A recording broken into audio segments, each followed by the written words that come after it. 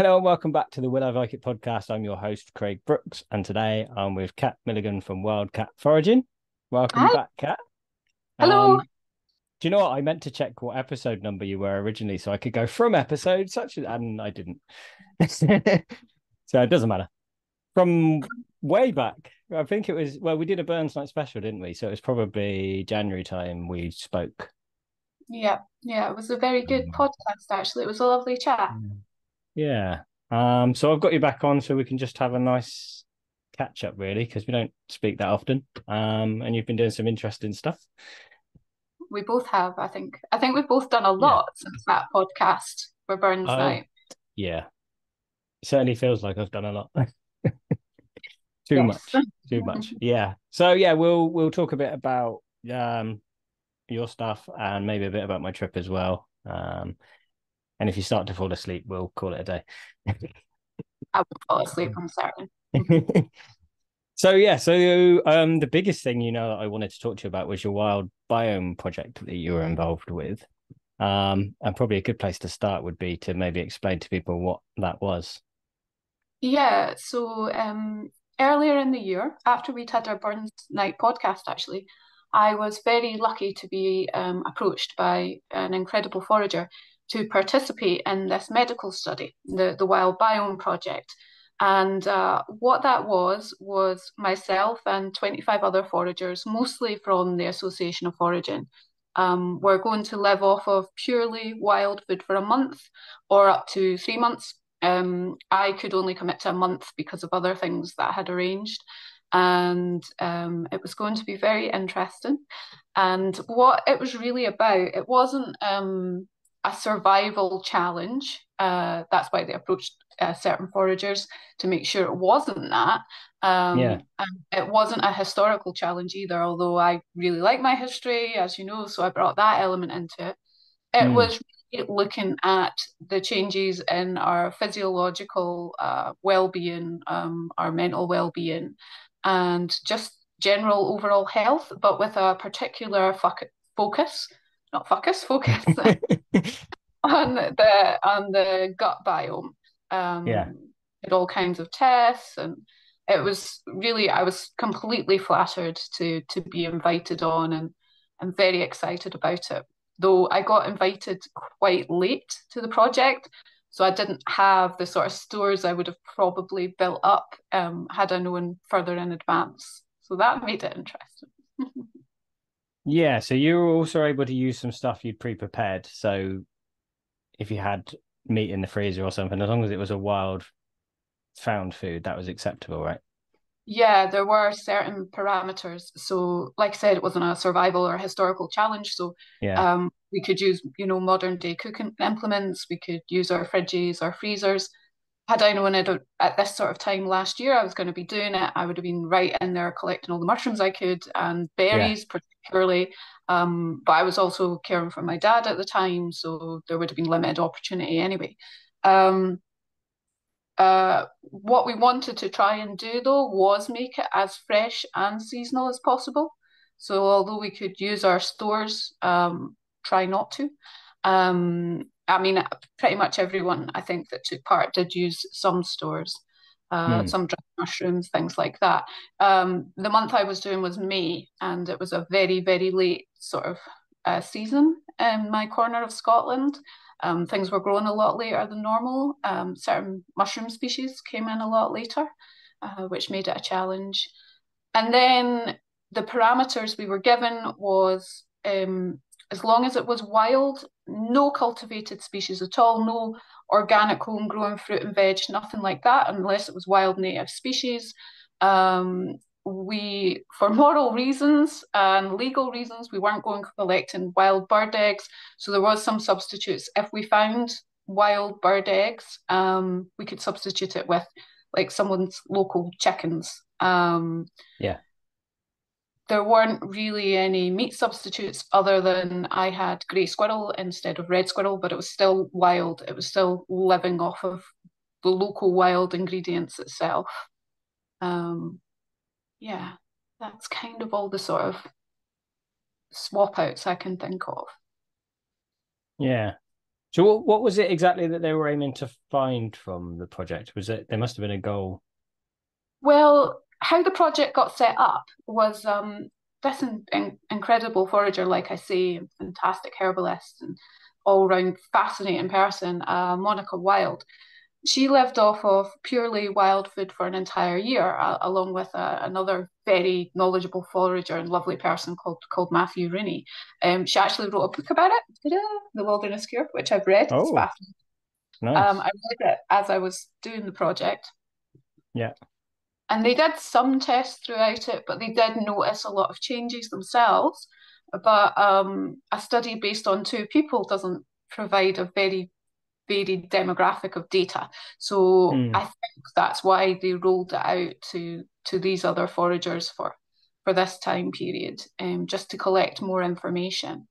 And a lot of that data will hopefully start to be revealed later this month, next month. Um, but that's not up to me. That's just as far as I know. Yeah. So how did it feel to be invited onto the project? Because you already, from what I see from your page, you already eat quite a lot of wild food anyway. Yeah, I was really flattered, actually. I was really honoured, because with the foraging, obviously I've been doing it my whole life. But until I started sharing on social media, apart from when I've been away abroad doing my expeditions, it's a very private thing. Um, I haven't really grown up part of a community of foragers and stuff like that. So to be invited in and first people that really know their stuff to say, yeah, we trust that you know enough to not kill yourself doing this, was really, really flattering, a wee bit of an honour. And it came, at a kind of challenging time. Mm. Um, and the other side of it, though, as well as it just being really nice to be invited, all of a sudden my brain was just firing off with all these creative ideas of what I was going to make. Everything from like slow cooked shredded squirrel in a slow sin sauce and acorn tacos to all sorts of mad like jerkies and snacks I could make. And it was just like, yeah, creative brain firing off all Mm. over the place. When it came to it, time didn't really allow for all of those ideas, but Mm. yeah, it was a very cool thing. And I think, so did you do the project from home? It wasn't like you didn't get together with the other foragers. No, so I mean, that would have been like trying to herd cats, I think, trying to get us all together, a logistical nightmare. I And suppose also that doesn't show you a very big diversity because you'd all end up eating the same stuff, essentially. possibly, and Yeah. though like everyone would bring something different to the table, it's Yeah. also eaten from your local environment to an extent, although people did travel about. It was looking at the sort of bacteria that would change in response to what you're eating and other things, quite localized. And we had folk in Ireland, we had folk down south. There was a couple of people further north in Scotland than me. So it would have been really difficult to get all together. However, people did meet up.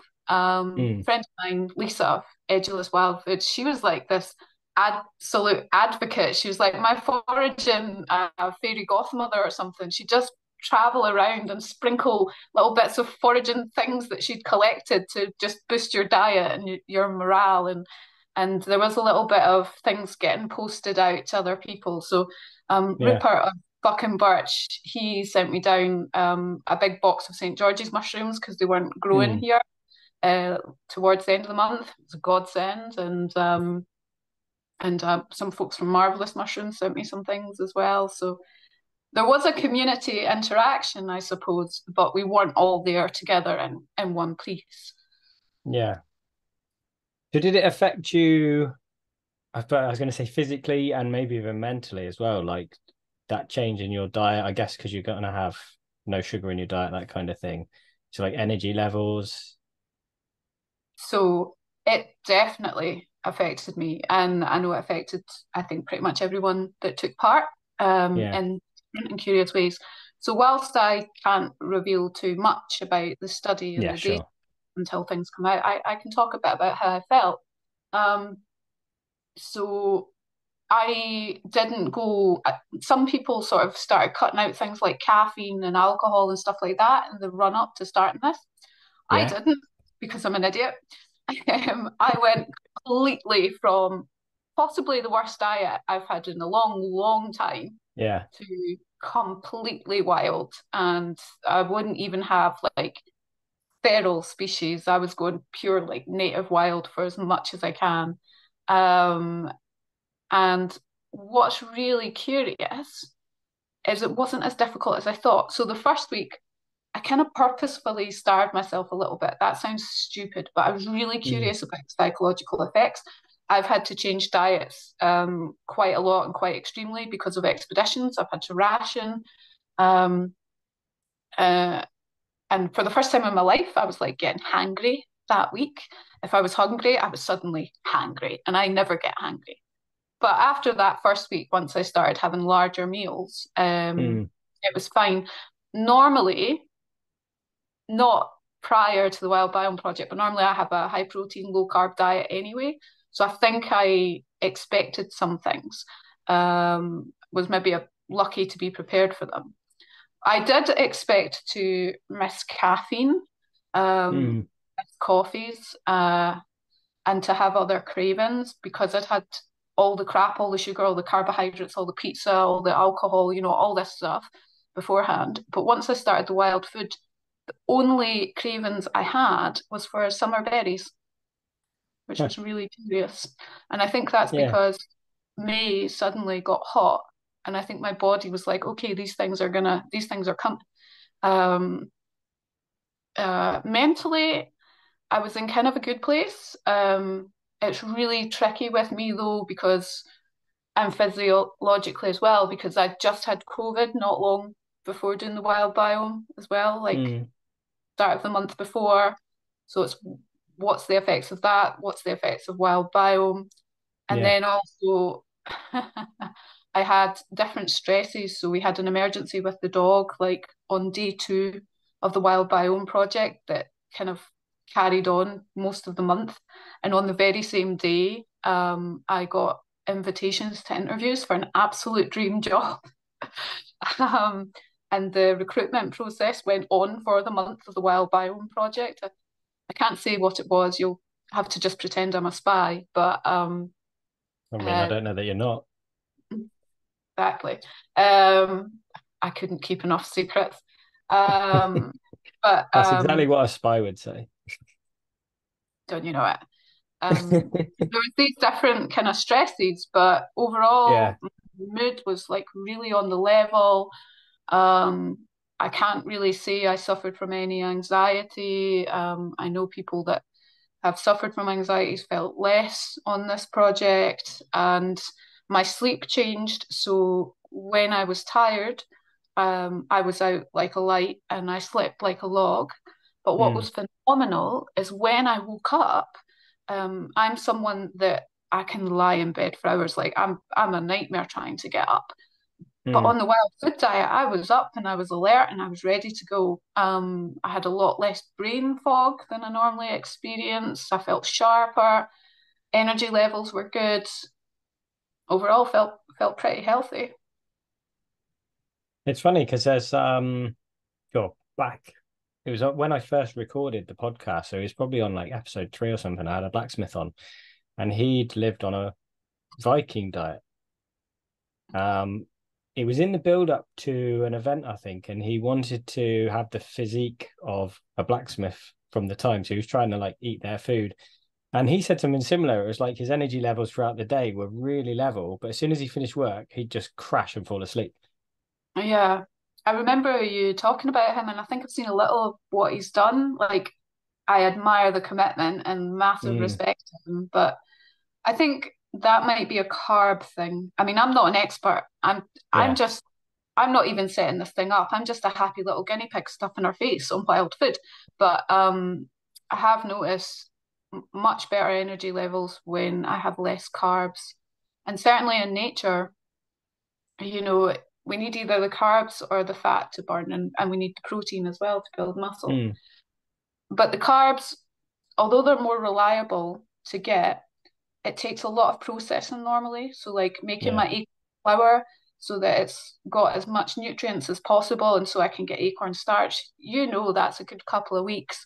Um, even collecting the nuts and sorting through them and processing them, and Mm. they have less carbohydrates that are readily accessible than what we buy in the shops.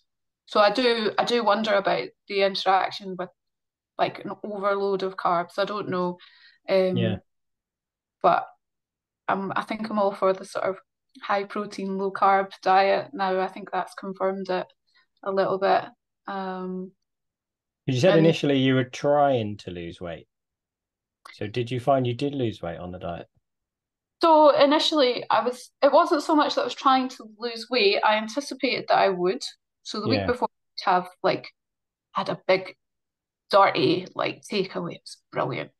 Um, uh, and I did, but not a lot. And Mm. by the end of the month, it leveled out. So I think it was about 4 pounds. But towards the end, I was kind of back up to normal. Mm. Um, I think I probably lost muscle mass and muscle tone because I'm normally quite active and normally hiking. But between doing a full-time job and doing the Wild Biome Project, and foraging isn't exactly a fast-paced thing to do, there Yeah. wasn't really time to be so physically active. So I think I definitely became gatherer rather than hunter, because essentially it was a hunter-gatherer diet that we Mm. were kind of doing here. Um, and it's the first. What I should have said earlier on is it seems to be the first study of an indigenous diet, I think, in Europe. We've had these studies in other parts of the world, but Mm. opportunity in Europe's quite low because we've moved so far away um, from that lifestyle. Although we have cultures with big foraging aspect to them, farming is such a huge part of things too. So Mm. yeah. So yeah, so you sort of alluded that you didn't really miss coffee. Did you miss anything else? Well, I'll be honest on the coffee front. I did Mm. two interviews during this time period. Yeah. Um, One was with some very impressive people. I must say, I'm very lucky. And Yeah. I really wanted coffee before that, just out of the habit and just to have like the relaxed Yeah. smell and have it in my hand. So I made a big green smoothie instead out of nettles and wild mints and stuff, and that did the energizing kick. Mm. But honestly, no real cravings. What did happen though is unfortunately I had to leave just a little bit early because I had a big team selection event to go to where we were all going to eat the same stuff together, and I had to go on medication to sort out a shoulder injury, which would have messed up the gut bacteria. Yeah. But coming off was absolute hell. Um, That was actually going to be my next question, was whether you went sort of cold turkey the other way and just straight back to a modern diet. Oh my God, it was awful. So I was wanting to keep it like high protein and stuff. Yeah. Because I was going away to this team selection, I had to just eat what other people were eating. I came off a couple of days before that. We were hooked up to a permanent blood sugar monitor Mm. at the start and the end, which was provided by Zoe and connected to something called the Libra app. When I came off the wild food diet, I had like these tiny little, they were like gyozas, I think, or I can't remember. No, they were empanadas and hardly anything else at a friend's. Mm. And my blood sugar for about 72 hours was dropping down to 2.4 on a cycle, down Mm. to which is like nearly phoning to go to hospital, though it was Yeah. horrific. And then it all leveled out. And then maybe 2 weeks back on normal food, all the cravings for all the bad stuff came back with a Yeah. vengeance. Like I was wanting sugar, I was wanting chocolate, I was wanting booze, and I seemed to like I couldn't just have a little bit. I was Yeah. absolutely crying in, and the carbs and the pizzas. Oh, pizzas are my downfall. Um, And cheese, I anticipated missing cheese and dairy when I was on the Wild Biome Project. Oh, do you know, I didn't even consider dairy when I Oh was my thinking God. about wild food. Yeah. I think a lot of us were more worried about missing dairy than chocolate and booze, Yeah. to be Yeah, honest. that's Like no tough actually. cheese, no yogurts, no whatever. Um, but yeah, it's Yeah. just really curious that when you started having a little bit, suddenly you wanted more. And I don't know if that's certain bacteria's reestablishing colonies in the gut or whatever. I don't know. Like I say, Hmm. I'm not a scientist, I'm just a guinea pig, but it's interesting.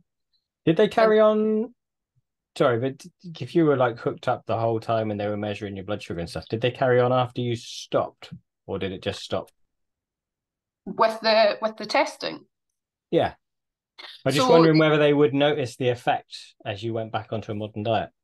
yeah, so the blood sugar monitor, I think we had at the start for a couple of weeks and then we had at the end. So it got us going in and coming out Yeah. of. Yeah. Uh, Okay. because I left a little bit early, I'm not so sure. And we had other tests as Yeah. well. I'll save you the gory details of those ones. And I've never had to try and get so much blood out of my fingers before. I've bleeding all over the place just trying to fill these vials of blood at home. Looked like a crime scene. I guess you wouldn't have had any chance because I had another question, but I guess you wouldn't have had any chances to cheat because they would have noticed, right? That's it. And Hmm.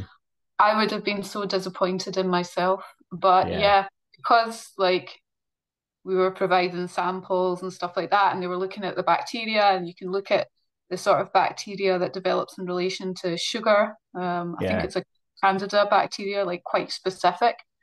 There was no getting away with it, and also we were keeping very strict data recordings of what we were doing as well, which was quite a lot of work recording everything um, that we collected. So yeah, no chance of cheating. I'd love to do Uh, it. would you? Do you know if they're Probably. planning to? I think it's a watch this space one. Hmm. Um, and I think it would also, for me, it would depend what I'm doing next year. Because Yeah. I had a seasonal job this year and I was moved locations. And the location I was moved to was off of a fantastic nature reserve to another site much further away with less fantastic foraging and Hmm. longer commute. And honestly, that was the biggest challenge. It wasn't finding things to eat, it wasn't processing things, it was finding time in and around the daily grind of life, Hmm. to be honest. Yeah. So if I had time, I'd definitely do it. And I'd like to do my own version. Um, I'd like to do it for longer because I'm obviously some sort of masochist, but I'd like to really go back to the Mesolithic with it. Yeah. And yeah, this is a bit of a dream. So if there's any producers out there or anything like that that are curious, I want to take living off the land back to the Mesolithic using Mesolithic hunter-gatherer cooking techniques and not using fridges and freezers and really go for it. But for that, it would be a full-time commitment for a couple of months Yeah. or something, Yeah. But I think that would be fascinating because outside of the medical study, to eat essentially what our ancestors in this land were eating, I can't imagine a greater connection to the past, really. Hmm. And there's a sense of identity in that, I think, as well, or maybe there was for me, and just that opportunity to connect to nature in another way, at a deeper level is fantastic. It's very, very fulfilling. Hmm. Yeah, I think that's a Yeah. very sort of that's the light overall version of it. To be honest with you, I really, really could go on and on and on. Yeah. Yeah. Well, I've said to you before, you need to write a book because you do so many different projects, and I hear little snippets from you, and yeah, it could be so much more. Oh, thank you. Yeah, one day I'll stick to one project. There's like people that have been on the go for years. But variety is the spice of life, right? However, the Yeah. foraging thing, I don't think you can turn it off. Mm. You'd probably agree, right? Like you go out for a walk and you see a plant that you know and you could like it just doesn't go off ever. Yeah, It's I guess it sort of becomes natural to, oh, what's that? Or what's this? Even the which habit we've got into with my daughter, if you're walking and you see something you don't recognize, is then trying to find out what it is. And maybe does it have any uses or, yeah. And yeah. that's what I love about this world. That's what I love about foraging is everything has a use, even if its use is to poison someone. Um, Even poisonous plants are normally some sort of beautiful dye plant or something like that. And Yeah. I love that you could never master this world. You couldn't actually be an expert on it. Although there's people with lots of experience, if, nobody can know it all. It's so vast. So you're just constantly discovering and exploring and being creative. And I love that. It's just, it seems to be never ending. Um, Mm. it might be a bit challenging. You know where I'm going to next month. Yes. It'll be Yes. interesting to see if I can turn it off when I'm over there. I think I'll be kind of busy with other things. Yeah. Yeah. I think you'll be kept occupied. I wouldn't worry Yeah, about that. Yeah. definitely. Which I'm guessing we can't really talk about that right now. Um, I don't mind. I've not announced it on the Wildcat page yet, This will but go out in a couple of weeks. So if yeah, that, so I probably will have. In which case, I'd love to talk um, about it if you don't yeah. mind. No, That's absolutely. Yeah. um. So It I was on might my be. list, but I didn't know if you'd want to discuss it or not, or if it was still under wraps. But Yeah, let's. yeah, I'll we've alluded to it now, so we're gonna have to tell people. yeah, so Go I on. have to What is tell it you. you're doing?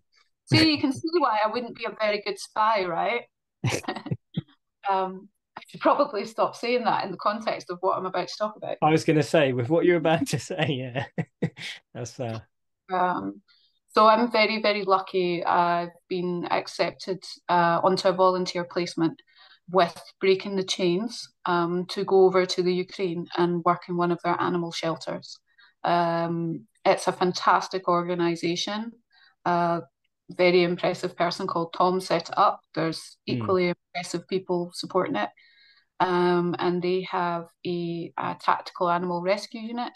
Since things kicked off in the Ukraine, they've been going out to conflict areas and trying to rescue as many animals as they can.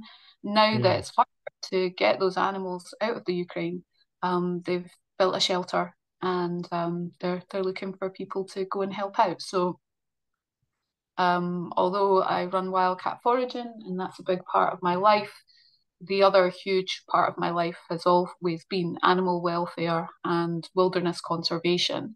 And I have a background in expeditions and animal rescue and stuff like that. So it will be very, very lovely to get the opportunity to apply myself to a project as fulfilling and important as this. Even if I'm just spending a month picking up dog poo, don't care. It'll be lovely. But as I'm picking up dog poo, I'll probably be going, "Oh, is that pineapple weed over there?" Or oh, look at this interesting plant. I wonder what that is. It's So like making a joke of it, but it's extreme foraging.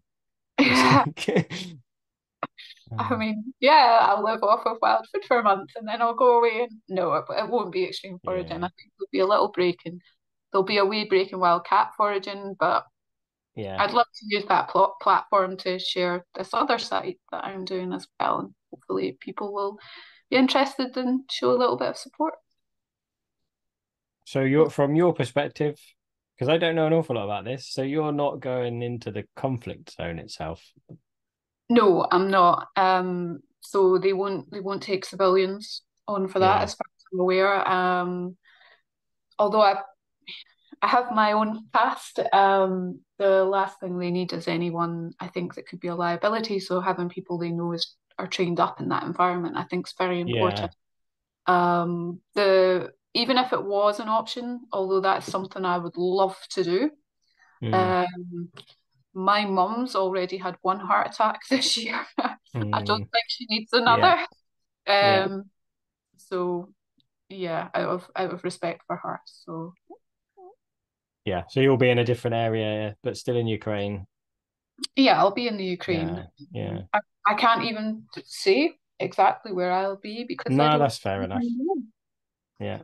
And even if you did, you probably couldn't tell me because you're a spy. We Clearly, shouldn't clearly. say that because the wrong I people know could I'm be going to get listening. into so much. uh yeah. So when do you go out? Or can you not say that either? So I'm still sorting out the logistics at the Okay. moment. I've just finished up this day job I took on, Yeah. and wrapping a few things up with wildcat foraging that I need to finish. People will have noticed wildcat foraging's gone a little bit quiet. It's just because I've been very, very busy. I've been doing a lot of historical foraging workshops Mm. this year as well, and Which I'm glad to see. thank you. We Well, spoke about it a lot. Yeah. I know there was hesitancy for a while because you weren't sure about logistics and stuff. So I'm glad it's sort of working out for you. business. I'm not a businesswoman. That's the thing. It scares me, but no, it's been really lovely. It's Yeah. been really lovely to be involved. It's been a very, very busy summer. A lot of talking to people about history and foraging. So having a Yeah. little break, not talking other than to yourself. But The other sorry, go on. I'm, I was going to say, I'm not the only one that's got traveling on the mind. You've just come back from a pretty epic trip, haven't you? Oh, we're turning the tables now, are we? Well, I I had one thought more thing I wanted to talk to you about before we move on to me, if you don't mind.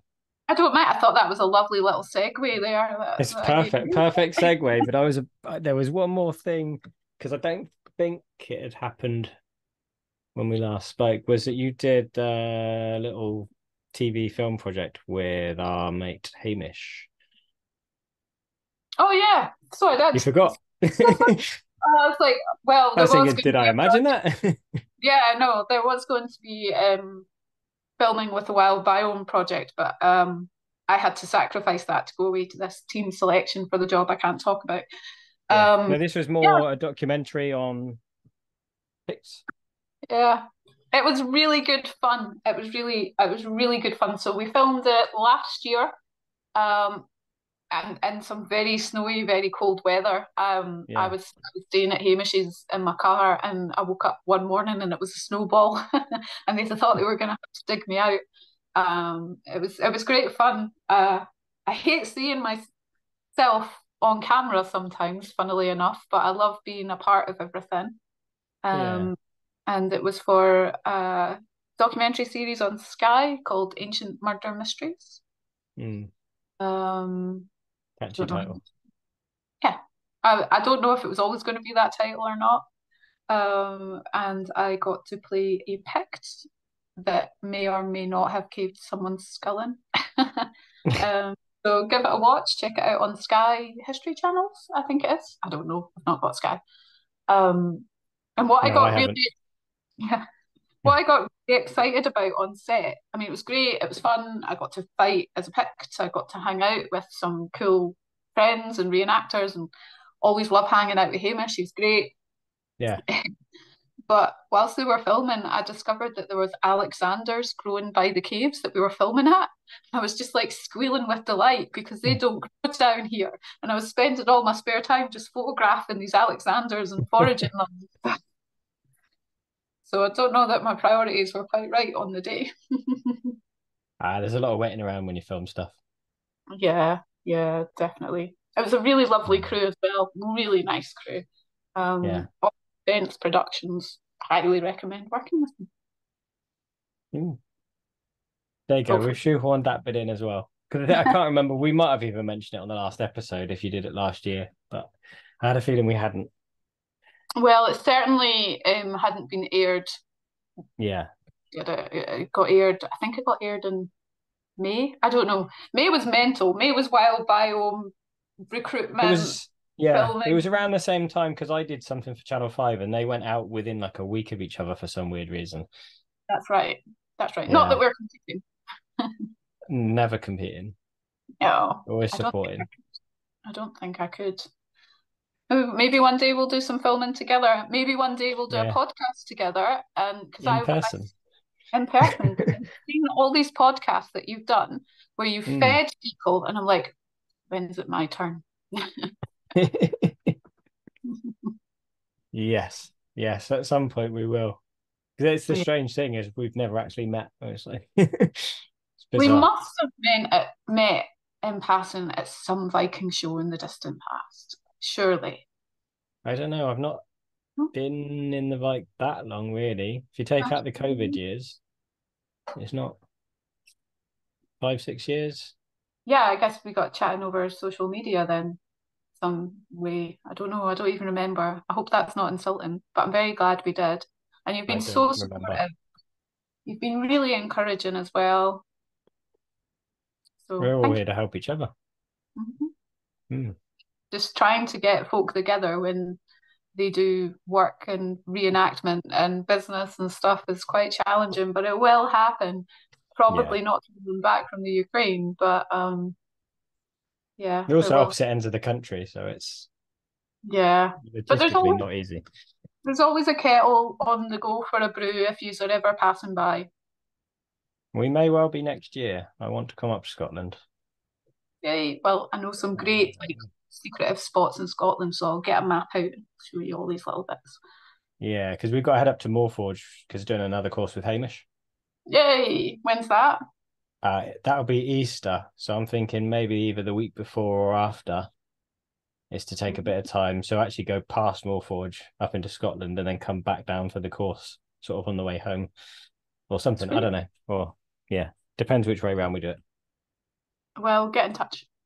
See if we can sort something. We So will. Speaking of trips, speaking of trips, what about your recent trip? How was it? so I'm still processing, to be honest. So even like today, I was trying to find a picture of something, and I was scrolling back through all the Google Photos, and I was like, I'd forgotten we did that, or I'd forgotten this because we did. Honestly, it sounds I don't know like a boast or a brag, but we did so much in 3 weeks. It's ridiculous. Is that all it was? 3 weeks? Like, I know Mm, that's a long time, but the amount of stuff I saw appearing on social media that you were doing, you yes. pack it Yeah. in, don't you? And it was months of planning, so then it was just like logistically, it just everything almost made sense because you're just like, well, we're going to here and we're going to spend 2 days there. And then you do that and go, right, so what's next? And you already knew because we had like stops planned and everything. I don't know how much detail you want. I can go from the beginning if you like. And Did anything disrupt those plans? That's what I'm curious about. yes, Mm. a little bit. Yeah. Um, so about so very, very quickly for anyone that doesn't know yet, I guess, is that we drove up to Norway. Round trip is about 2,600 miles. Um, so we did ferry to France, drove to Belgium, stopped for a night in Belgium, just modern campsite. That was a bit of a nightmare, but we'll move on from that one. So we went to another site called Prehistoric Dorp, which is in the Netherlands. Mm. I saw the Um, photos. yeah, and that's a really nice site. They've got a sort of Viking age house, but it's like Frankish. It's just completely different style, really wealthy sort of status site. But they've also got some later stuff. So we had dinner in the 14th century with a lady that's spent at that point she'd been a month living in the 14th century. Wow. And she had another month to go. And so obviously there's a podcast coming at some point with her where we talk about that. Yeah, recorded a few bits. Then we went up to Denmark. So this is where the plans change. So that's speeding along quickly. But we drove up and I guess I'm an idiot, but as we were driving along, we were looking at Google Maps all the time for stuff to do, and we saw this museum pop up, Hatherby. Yeah. Well, I'd never realized that Hatherby was Hedeby. Oh. So we almost drove past it, and it was like pretty much on the road. Oh, that would And be. then, Did you? so Mm. we went there, Thank and we'd goodness. stopped. Imagine. Yeah. Oh, But we'd okay. driven up from the Netherlands. So we'd driven probably 5.5 hours to get there from the Netherlands that day, Wow. which is one of the longer drives we did, because mostly we tried to break it up into shorter bits. Got a 6-year-old, so you don't want to go too far in a day. So yeah, so that disrupted our plans because we're like, well, we weren't going to go there. So we had what was quite a flying visit. We're going to have to go back to Hatherbu, but luckily we stopped because what it turned out. So our stop that day was supposed to be Reba in Denmark. Right. So we're like, we're Yeah. going to stop at Hatherbu, and it's like I think another hour or so up to Reba. It's not far. But as we got back in the van, got a message from the people we were meeting to say that the storm had hit Reba. And Oh. tents were falling down and people were moving into the buildings. So Oh. so that disrupted those plans. But luckily they live just over the border. Oh, okay. So we actually went to stay at their house for the night. Oh, lovely. And I don't know if you follow them on Facebook and Instagram. They're called Viking Clan Zebits. Zebits, I think it is. I always get it wrong. I have done, yeah. I don't think I could spell it, but Yeah. oh, okay. So So yeah, then, they messaged to say that. And funny enough, so it's a family, but the people we stayed with was Christian and Sarah. So he's right. Danish, she's English. Okay. So yeah, so she cooked us some corned beef hash. And yeah, bed and a shower was nice after camping for so many days. I'm driving for a long time as well. Yeah. Yeah. Yeah. So from their house it was like another 45 minutes to Rebus. So we did that the next day. It was still quite windy, which I gather it always is there. Hmm. So we moved into the main longhouse and we stayed in the longhouse for a couple of days, which was That's cool. interesting. Yeah. Yeah. It's a really nice site. I definitely want to go back. I mean, it's not that far. You could almost drive from here to there in one go if you were inclined. Like it's not a crazy distance. Europe does, there's such good open air museums there. There is here too. Mm, I don't seem yeah. to hear about them as much. So when you discover them, they're magical, but there's some great ones over there. I had to, my main question today was after seeing the video of the different photos you posted of the thrones, Yeah. what was and your daughter's favourite throne? Oh, well, I can't Because answer for her because she's in bed. So, oh, I'd have to look at the pictures quickly and decide. that was a nice array of Um, thrones. it was, it was. I mean, just having a look at the video quickly. Because some of them were just chairs, and she'd run over and go, "Daddy, it's a throne. Let's take a picture." And I was like, "That's a chair, but okay." Oh, did she have a uh, great trip? yes, yes, she wants to go back next year. What an Uh, I mean, I'd probably say the Midgard block throne, which because why not? It's massive. You can fit a family on it. That's pretty impressive. Mhm.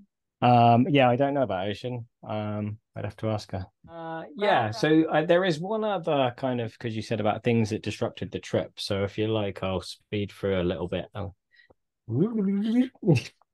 we left mhm. Reba, and we drove east across Denmark, sort of across the bridges and stuff. Stopped at a few sites as well as we were going that way. It'd be rude not to. In fact, we stayed in a modern campsite by Roskilde Ship Museum. Made Oh, lots of lovely. boats there. Mm. So we stayed in a modern campsite just across the water from there. And then the next day we got a bus and a train and we went into Copenhagen to the National Museum, which, Was it huh? was it good? Oh, yes, yes. And again, I mean, with the 6-year-old, we couldn't spend too long in there, but we did see things like the Gunderstrop cauldron. Ask, is that where the cauldron was? Because I have Yes, adored that cauldron. And to be honest, the sort of iconography on it and everything as well. I'm Since I quite a yeah, fan. it's on too. Yeah, that must have been a bit Yes, of a moment when it was there. yeah. And it's the way they've lit it up as well. So it's just like golden as you go into the room. And yeah.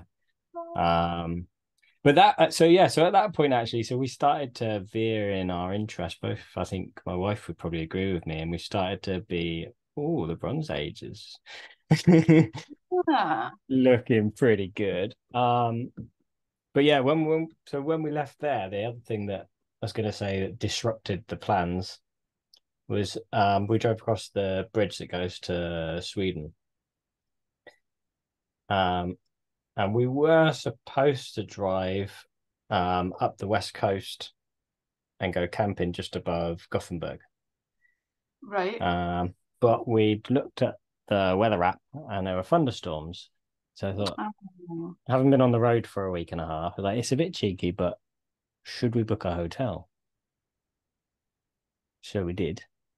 Now the nice. hotel was just at the bottom end of Gothenburg, which bought us some time to go to another museum because what else were we going to do? But it's kind of bittersweet, really. So we went to the Fotviken Museum. Oh, okay. So it's kind of as you come across the bridge, it's just tucked down probably 10, 15 minutes from the bridge. So like, well, we didn't have time to go there when we were camping because the campsite was shut at a certain time. But because we were going to a hotel, we bought some time. So we went to this museum, which was great. But Mm-hmm. then we had lunch in the museum. Mm-hmm. And I'll quickly say that this is of no fault of the museum, but my wife had a reaction to something that she ate in the museum. Oh, there's nothing worse when you're traveling. Oh, your poor wife. She got a dairy allergy and she reacted. And to be honest, it's happened before. And she was about to eat something, and I said, "Did you check there's milk in it?"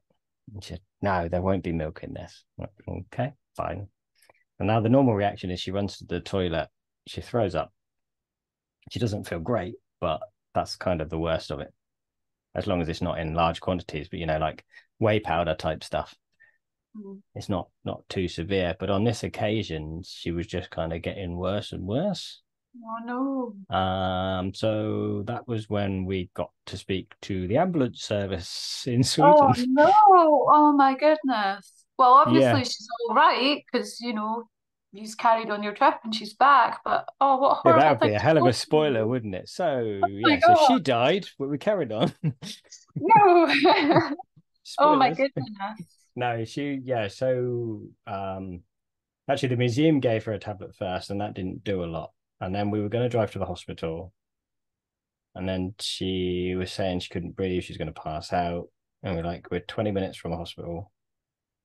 So we called an ambulance. I even had to flag down some people to work out exactly where we were to let the ambulance people come. Yeah. Which pretty scary stuff at the time. And she's going, "When are they coming? When are they coming?" I was like, "Well, I phoned them. There's nothing I could do at this point." Trying to keep ocean cat. Um, Oh, well done for getting through that. so Hilarious. yeah.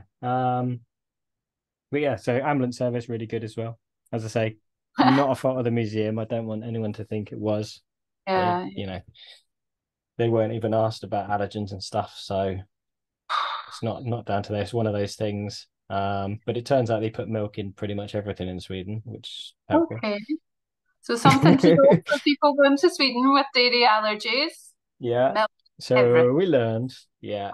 Okay.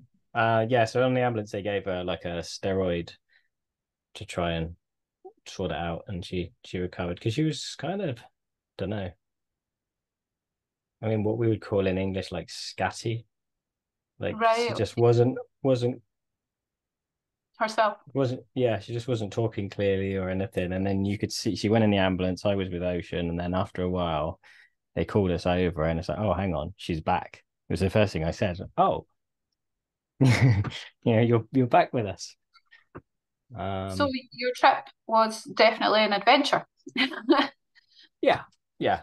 And then so then we luckily didn't have too far to go. We went up to this hotel and spent the night in the hotel. Did a couple of days You were camping. glad. I bet you were It was glad of it. needed.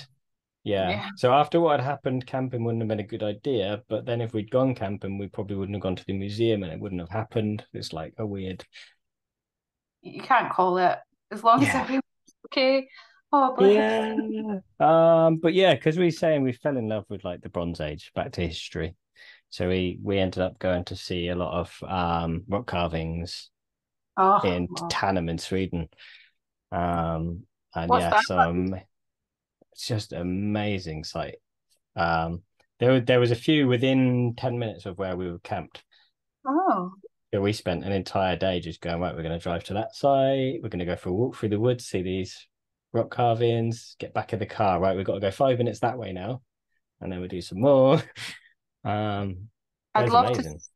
sit down and like get suggestions off you and put them in a map because especially for the as much as I love being a Viking in that Bronze Age stuff or Mm, Mesolithic or sort of Bronze Age going back, that's my thing, man. So this makes me very yeah. excited.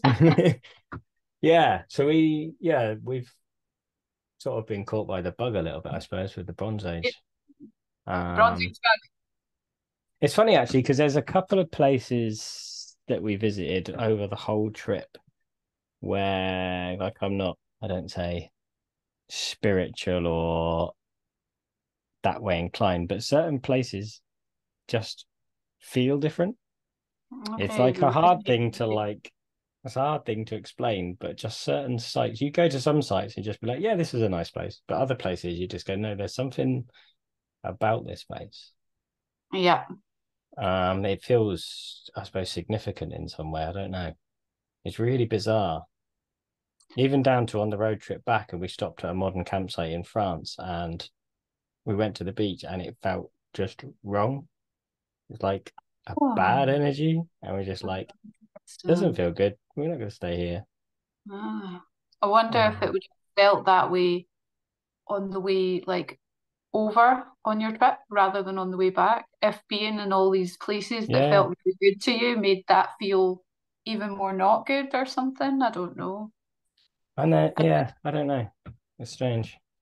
I Or do whether it's get just, yeah, when a place, I'm going to say resonates with you. yeah, I think people are more comfortable with that word than spiritual, maybe. I don't know. Like it comes with less connotations, but yeah, yeah, I do get when you get that feeling and somewhere resonates with you. yeah. And see, when I'm foraging, if I'm foraging in a place that's like that, Mm. it can be for a really special and like really grounding, really calming experience. Sorry, I'm interrupting. I'm getting excited No, by no, what it's a conversation. Yeah. In fact, so yeah, so actually you've made me think though, is that whilst we were going around looking at all the um rock carvings, I keep calling them rock cavings. And like it's like some weird mix it up of painting and cave, yeah, carvings. I don't know. Um, but yeah, you were saying earlier about not being able to switch off foraging. And so we're going around like, oh, it's got some bilberries over here. And Oh, um, really? yeah, and there's a few other bits. There's juniper growing everywhere, and so like a few of these and a few of these. Yes. Oh, I'll be um, looking at Juniper. oh, what's the other one that grows over there? Lingonberry? Yes, lingonberry, that's it. Which I've never Lingonberry. seen growing anywhere. It grows in Scotland Mm, and I collect it each year yeah, from a special secret place. yeah. More secret spy, secret Scotland stuff. It's lovely, but they really grow in abundance over there, don't they? It's It is fantastic. everywhere. It's like a carpet, Mm, just mixture of those, and yeah, like bilberries, or I don't know if they're bilberries or just like a wild blueberry, a sort of, yeah, Blaeberry. yeah, Oh, give them the something in Scottish. that. It's not something again we don't come across them here, so it's just like, ooh. You don't have blaeberries and bilberries down by No. you. Oh my goodness, you need to come and visit at the right time of the year, and I'll just take you to Yeah. the berries, land of the mountain berries. I love them. When I'm doing so, obviously I'm quite into my Munros and into my Mm, hiking things and going wild. And sorry, I'm digressing, but that's fine. mountain berries, the last Munro I did, I was just like stuffing my face with berries on the way up. I swear they just gave me this mental energy boost. It Mm, was fantastic. It was like blaeberries and there was cranberries and lingonberries and salmonberry and well, kind of the same thing. And crowberry, and it's just like, oh, and there's a wee book. Well, it's not a wee book. There's a big series of books that I read as a teenager called The Tales of Thomas Covenant. Mm. Um, very dark fantasy books. Love them. And in that, there's a berry called the Aliantha berry, I think it's called. And travelers used to have that, and it would give them this boost of energy. So I think like our native blaeberries, because they grow up the mountains, they just give you this boost, and they always seem sweeter the higher up you go. And I don't know if that's Yeah. just like because you're just more desperate for them or what, but Lack of oxygen. who Yeah. knows? Or maybe they get more Yeah. exposure to sun. I don't know, but Yeah. that brought up a Nice. question I kind of had as well when you were talking about the berries that you noticed as you were going around these sites. So I know Yeah. you started to tell more about your journey, but Yeah.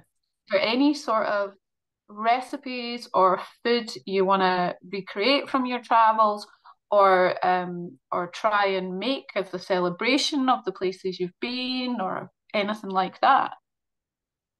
That is a good question. So I'd say probably the most interesting thing we had was it was royal horse broth, Oh, which was based on a Daniel Syrah recipe. And we don't obviously eat horse in the UK normally. Uh, well, oh, well, I don't. uh, I don't even know if I could get it. I could probably try, but that was a really nice recipe. It's a really nice meat. So that would be a nice one to try again. Um, I mean, the main thing about food was noticing the lack of certain things because you get used to what you can get here, yeah, and what you could get pretty much on the whole journey was so different to what we used to. Like the minute that we hit the continent, I couldn't find barley. interesting, really. Yeah. Yeah. And that Huh? shocked me because like you're like, this is like the most common Viking Age grain. It's everywhere. Yeah, And yet once you leave here, and obviously we only get pearl barley normally. yeah, But the nearest interesting. we found was in Norway. After some searching, we found something which it looked like bulgur wheat. Okay, And we assume it was a cracked barley.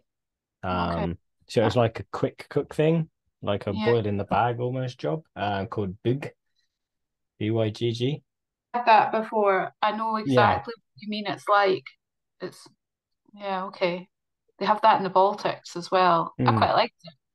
Okay, It I was just nice, but yeah, when I was thinking, okay, I'm gonna make cheesy barley or something. Nope, not gonna do that. And like in Denmark, your vegetables are a lot more seasonal. You can only get stuff that's growing at that time, whereas we're used to getting stuff whenever in this country. uh, Um, so yeah, and it has made me kind of yeah, I need to do a lot more thinking about it. But it kind of changes your perspective about food because if food is so different now, mm, yeah, than 1,000 years ago, like to us, a trip to Norway is nothing, but that's huge back then. And it's like, yeah. And yeah, I wonder how much of it is like the economics of the supermarkets though. I find it quite mm, interesting, especially off the back of the Wild Biome Project, that although it appears we've got loads of variety in the yeah, supermarkets, we go in, there's all these different things.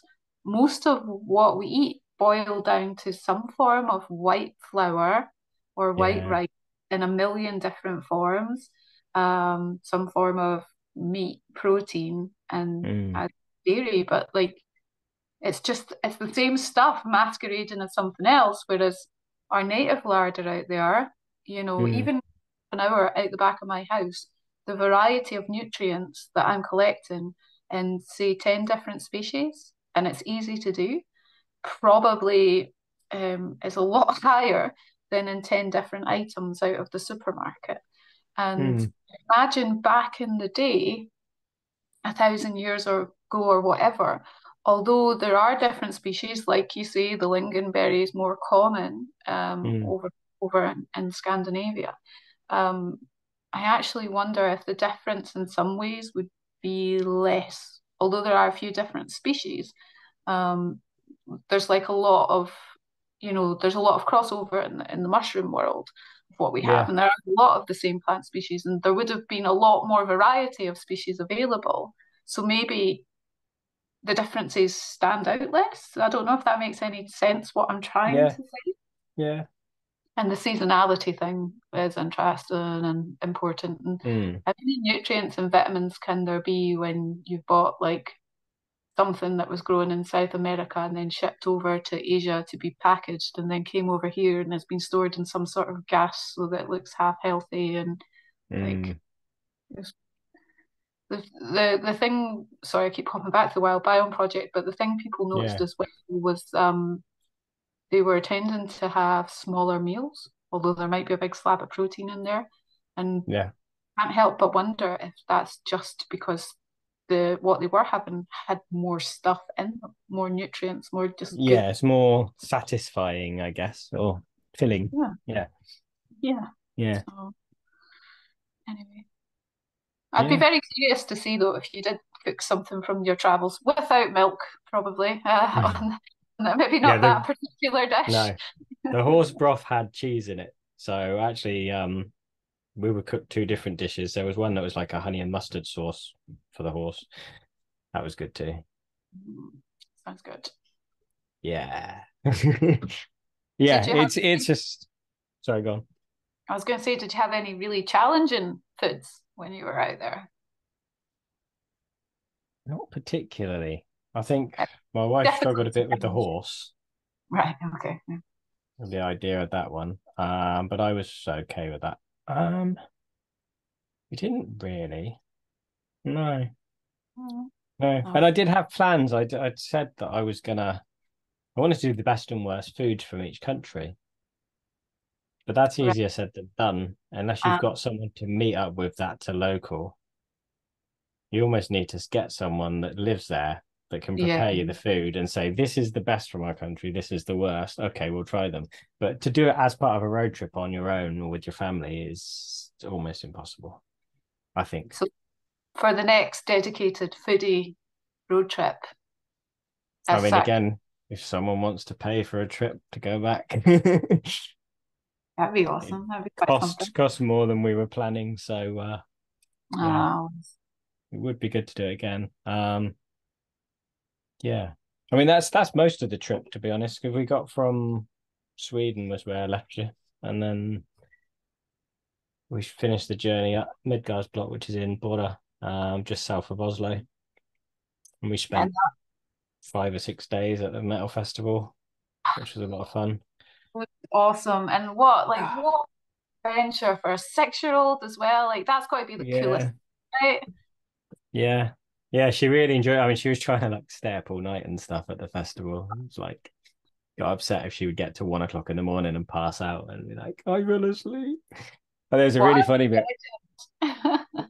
We're watching this black metal band. They're Native American, I think, called Black Braid. I don't know a lot about them, but we were watching them and she was just kind of sat on my lap. As you do, you're in a field. It's getting quite late. And she just turned around to me and went, Daddy, I think I just fell asleep for a second there. Oh, I was like, you're watching Native American black metal and you fell asleep. wow. Oh, it was funny. Yeah, but then I had so many guests planned to record with at that festival that just it fell through. Just it was too hectic and noisy and too much going on. I tried to record a couple of things.